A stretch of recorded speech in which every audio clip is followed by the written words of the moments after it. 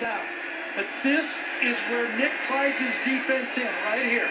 He's got 3 down on this 3rd down and 8. Looks like 5 might be coming. And it is a 5-man rush. Manziel retreats. Look at this. He's still on his feet and heaves it deep.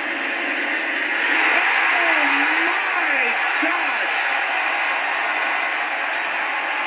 And you say magic? Edward Pope at the receiving end. That's Jeffrey Pagan, a 275-pound player that he got away from. And he might already have Johnny Manziel a signature play for this year now. That's exactly what I was thinking, Gary. There's Pagan. I thought any instant the whistle was going to blow in the grass.